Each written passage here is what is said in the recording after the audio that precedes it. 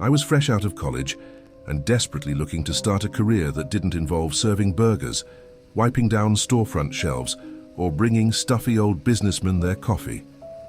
On average, I was applying to 6 jobs a week and going to maybe half as many interviews. I knew my major in English wasn't likely to be met with high demand, but I honestly thought my options would prove more promising. Still, I remained optimistic, persevered, and only applied to comfortable office jobs with benefits.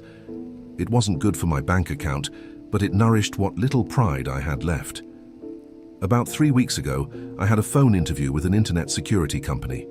Proficient Technologies had offices all over the country and were looking for a new customer support specialist for their international department. Requirements were a pleasant voice, good spoken and written grammar, some tech knowledge, and the ability to work day and night shifts. The office was only 2 subway stations from my apartment, and they offered health insurance.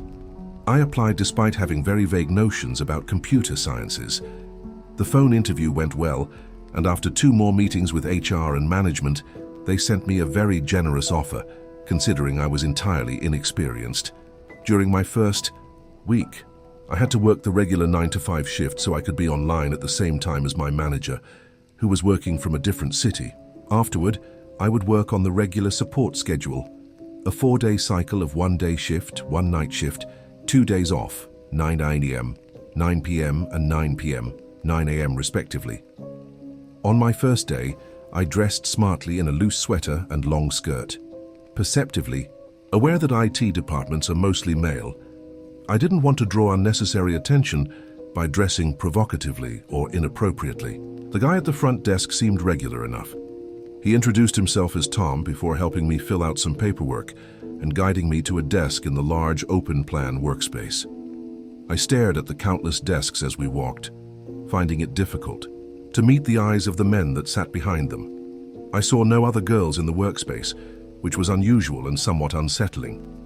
Tom's relaxed demeanor could not make up for the immediate hostility aimed at my presence. The air seemed to seep out of the room as I felt my new co-workers chant, "You don't belong here," in silent unison. It surprised me when Tom stopped at a desk that was extensively decorated with printed memes, bright pink floral stickers, and a small tattered teddy keychain that lay behind the monitor. Apart from these artifacts, there was a thick layer of dust coating the keyboard, monitor, and desk space. "Oh, what the actual," Tom muttered angrily. "I'm so sorry," he said, chancing a quick glance down at my papers. "Gemma, this desk was supposed to have been cleared ages ago. I'll have to have a word with the custodian." "Oh, that's all right," I answered. "I could just wipe it down myself, no problem." Tom was skeptical, but a sweeping glance around the room confirmed that there were no other free desks for me to occupy. The rest of the day went by in a haze. I learned about my tasks, which were to answer support-related phone calls and create new tickets in the system. I had to monitor all incoming chats and written tickets and sort them by level of urgency and type. I wouldn't be required to offer any technical advice, but I had to become well acquainted with the product software. Since I wasn't answering any calls yet, I immersed myself in the manual. I didn't understand a lot of it and spent most of my time Googling networks, black and white box testing, database security, and other things. My manager checked in just before lunch and seemed slightly disappointed by my overall grasp of the material. Feeling like a failure, I took a break to clean the desk. I got up to find Tom and ask him for a cloth for my countertop. I instantly regretted my decision. Every eye in the room was upon me the moment I rose. I couldn't stare back to confirm, but there was a surreal hush as I made my way back down the workspace. The familiar clatter of keyboards had noticeably diminished as my face grew warm and self-conscious. I noticed myself hunching forward slightly as I walked, a weak attempt at becoming less visible. Before turning off to the passage that led to the front desk area, I dared to meet the eyes of one of the shameless gawkers. I don't know what I was expecting, but the sight of a sneering hooded programmer sent a chill down my spine. He was around my age, but didn't seem the least bit ashamed or uncomfortable by my confrontation. There was a cruel smile playing on his thin lips as he eyed my exposed ankles before turning his attention back to the screens in front of him. I wondered how he would feel if I eyed his long, pimpled neck in the same manner. It was the same. As I walked back to my chair with a box of computer wipes, there was some good to come of that day. While I was cleaning the desk drawers, I found a half-used notebook from the previous occupant. She never wrote her first name, only an initial followed by a last name, S. Brooks.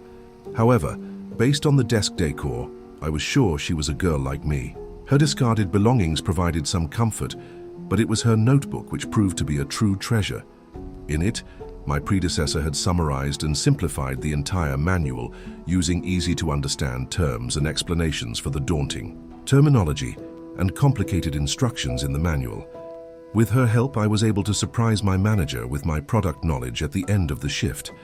After a good day's work, I braved the workspace once more to explore the kitchen before heading home. Tom had advertised a top-notch coffee machine and snacks, and I was starving after such an emotionally and intellectually taxing day. Besides, all my credit cards were in the red, and I wanted to fill up on cookies. As I approached, I heard eager chatter coming from the kitchen area, and even some laughter. Foolishly, I hoped that my kitchen-dwelling co-workers would be warmer, more welcoming, or at the very least civil. Instead, the small kitchen space fell perfectly silent upon my entrance. There were 5 men of different ages and sizes seated around a cheap-looking cafeteria table, and they were all looking directly at me. "Rough first day?" inquired a sardonic, medium-pitched voice. I lifted my gaze from the floor tiles and scanned the crowd for my addresser. It wasn't difficult to recognize the self-assured, hooded figure that had stared me down earlier. "You must be very experienced," he continued snarkily, waving a strand of greasy black hair from his eyes. "To get such a comfortable job, you must be quite the whiz. What is this high school?" I blurted out. Now, I'm not usually a confrontational person, but this was honestly too much. Hostility is one thing, social awkwardness another, but this was beginning to feel like a cheesy 80s high school drama with 30-year-old actors playing teenagers. "I'm just here to grab some coffee, and if you doubt my candidacy for this job, you can take your concerns to HR directly," I continued, enjoying the shocked and somewhat nervous faces of my offenders' gang. Good. I wanted them to feel a fraction of the discomfort I had been dealing with all day. Opting to enjoy my snack far away from my co-workers, I walked back to my desk with my head held high and a mug of coffee. Right as I was about to sit and enjoy my frothy treat, I saw I had a text message from a withheld number. "You have quite an attitude, don't you?" I froze, hovering over my desk with the mug in one hand and my phone in the other. As I was attempting to process this grave breach of boundaries, I received 2 more messages within the same chat window. One was a naked photograph that I had sent my first serious college boyfriend. The second read, "Why don't you take that?" Photo to HR, obviously. I was deeply unsettled by this invasion of my privacy. The shame crept in, and I felt angry about drawing so much unwanted attention to myself. This was all my fault. I had come to work in an office full of ethical hackers with a very common dog name as a password. No doubt the photograph had made the rounds thanks to my gross co-worker, and I was now the silent laughingstock of the office. Leaving my coffee untouched, I signed off and headed home, holding off the waterworks until I reached the safety of the subway. I couldn't stop crying for most of that night, turning the day's events over in my mind, feeling sick every time I imagined my co-workers leering at my naked body. At around 3 a.m., however, I realized that there was no sense in continuing the pity party. I had to come up with a plan of action if I was going to survive this workplace. Quitting was not an option because the pay they were offering me was far too good to pass up.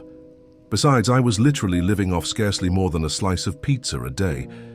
My second option was going to HR, but there was no way I was going to open that can of worms. I couldn't prove who had sent me those messages.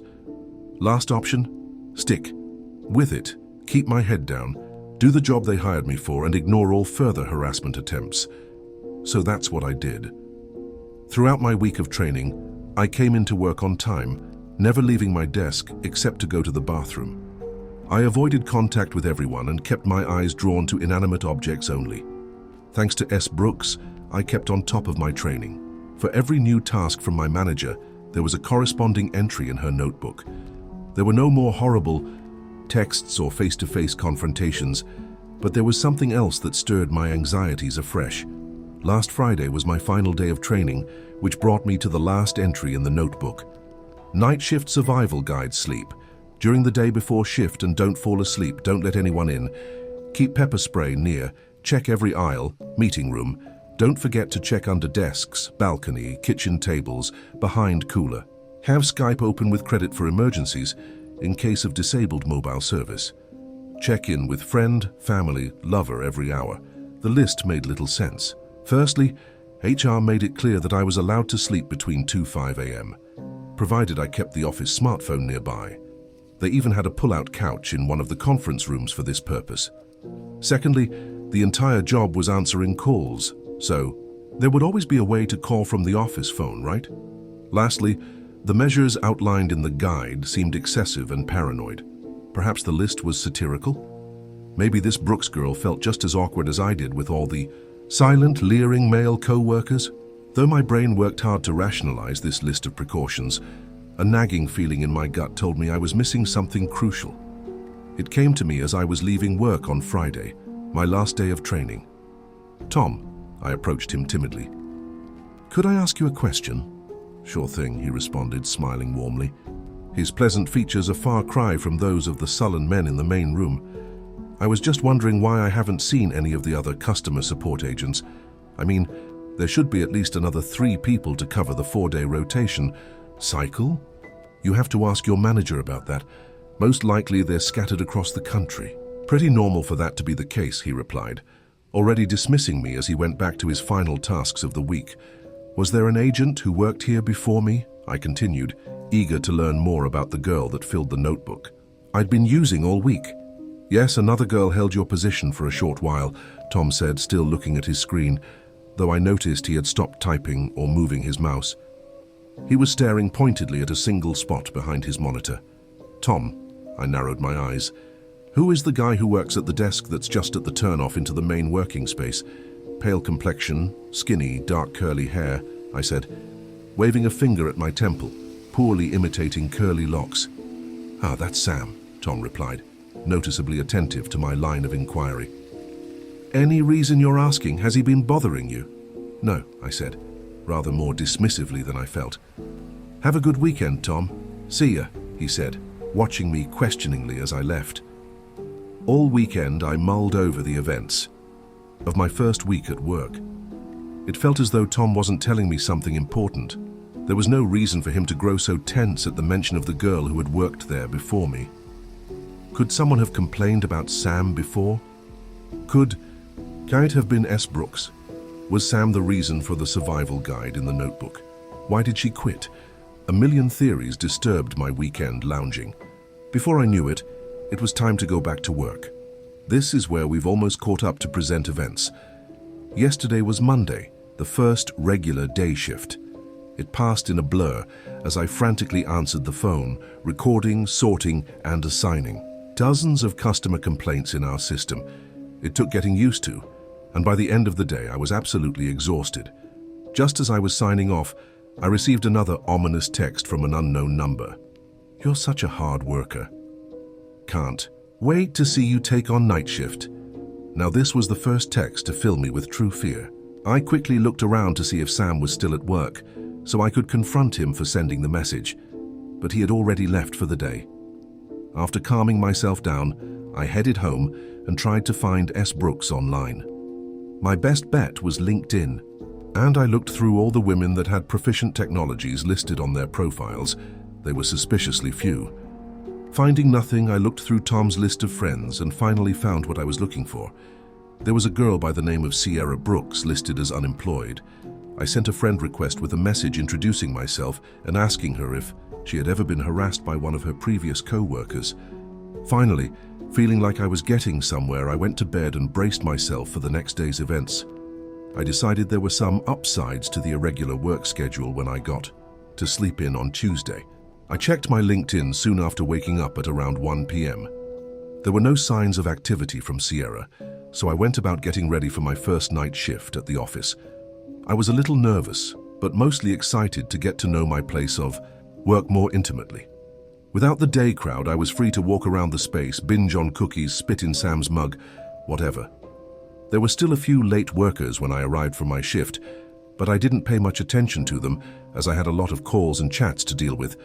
2 hours in, however, the stream of calls, chats, and incoming tickets began to wind down until they stopped altogether at around 11 p.m. I leaned back in my chair and surveyed the workspace. There was no one left at the office as far as I could see. All the lights were on, but as I took off my headphones, I heard a low, jingling melody playing from somewhere. It sounded like a Christmas carol, but it was hard to tell where it was coming from. There was no reason for this to scare me, but I felt the hairs on my arms prick up in alarm. As I got up from my chair, the melody ceased. Now, I've freaked out over less in the past. I once thought a man was following me at night, until he walked right past me to the corner store ahead. Although I lived alone, I'd always double and triple check my locks before bed. I had to admit that my fears were probably unwarranted. Someone had left their headphones connected to their computer with the music turned up. Or maybe there was an office party for a different company downstairs.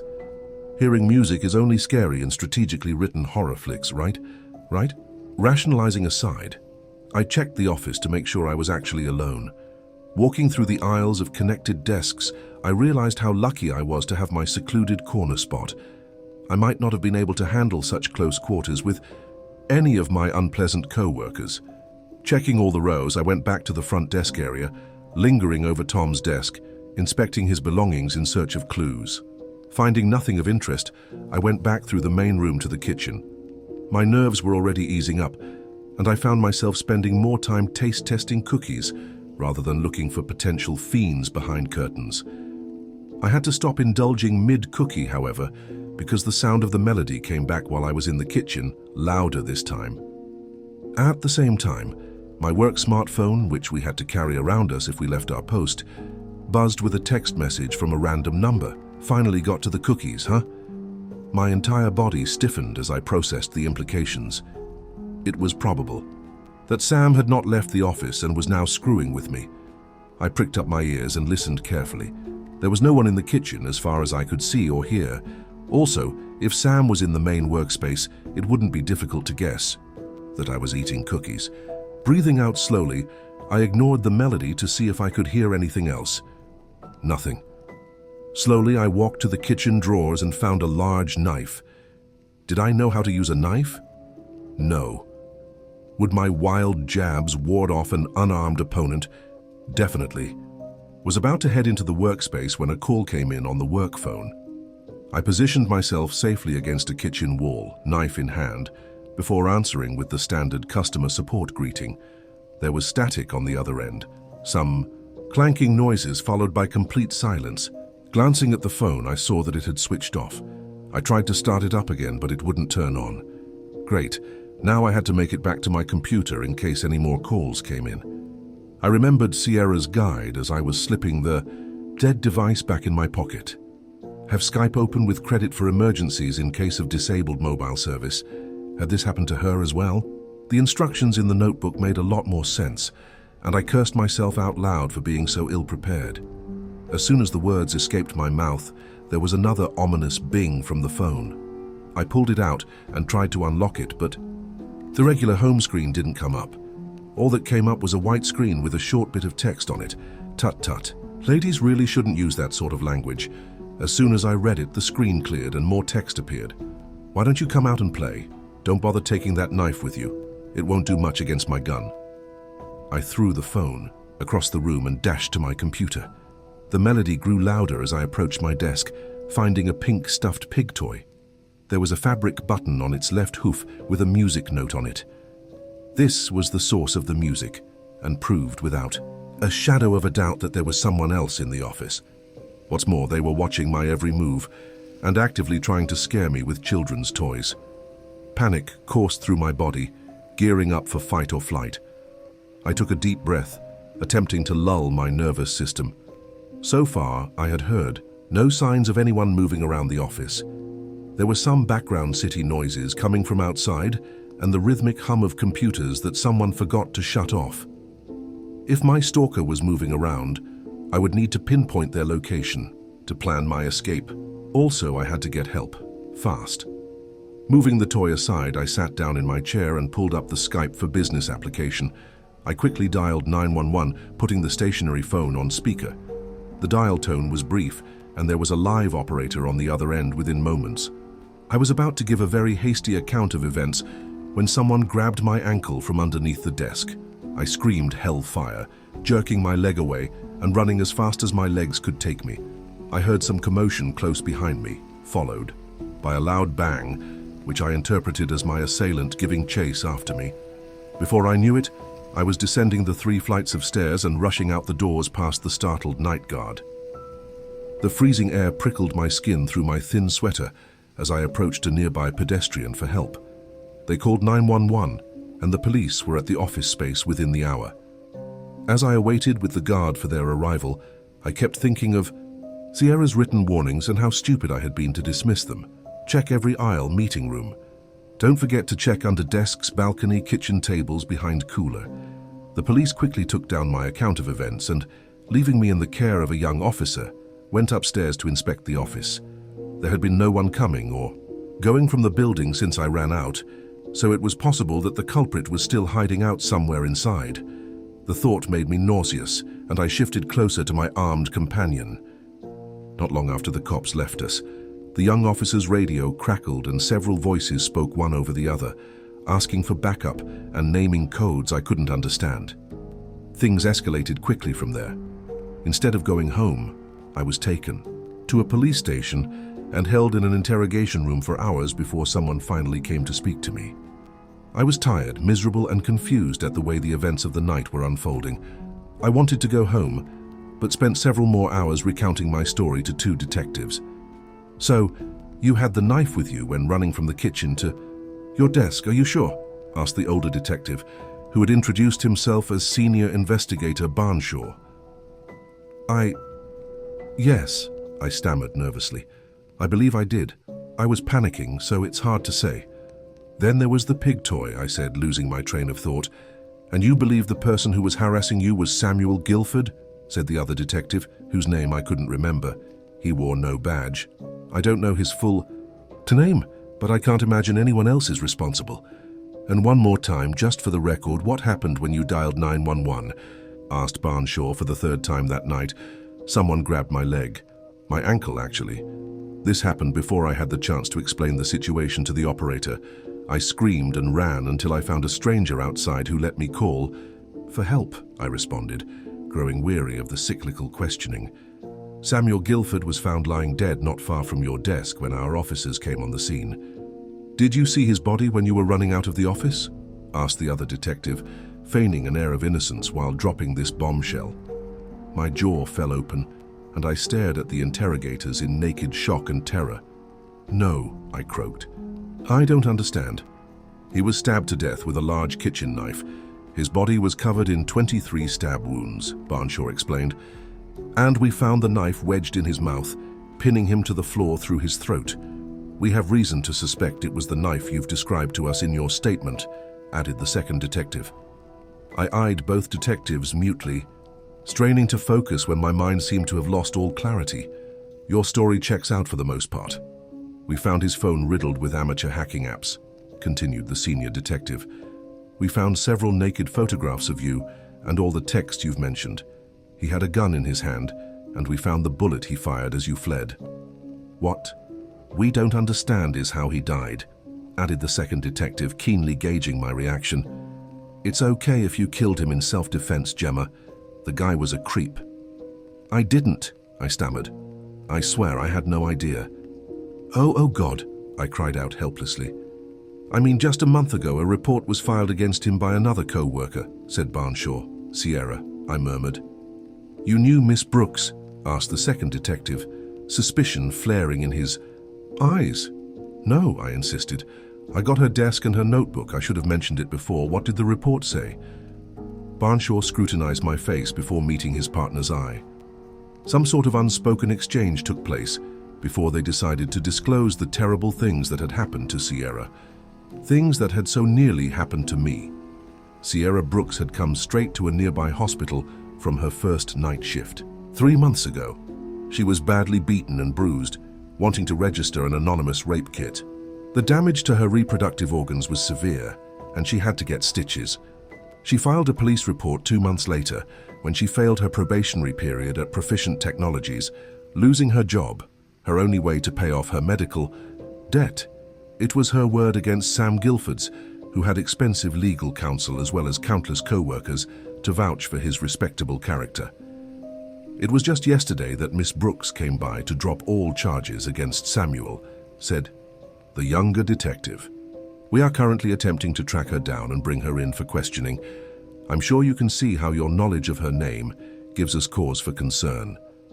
The police kept up their line of questioning until someone brought Barnshaw a note. Forensics had drawn up a report on the fingerprints found on the knife, as well as the blood spatter patterns. I was asked to submit some DNA samples to aid the investigation and finally released to go home. At home, exhausted as I was, I couldn't sleep. I had none of my belongings back. My handbag, phone, and even coat were all submitted as evidence, so I turned to my old trusty laptop, hoping that some aimless browsing could help soothe my nerves. My browser was still on LinkedIn from the day before, and I refreshed the page out of habit. A small red icon showed that I had a new message. Sierra had replied to me, "Don't worry, sis, I took care of it.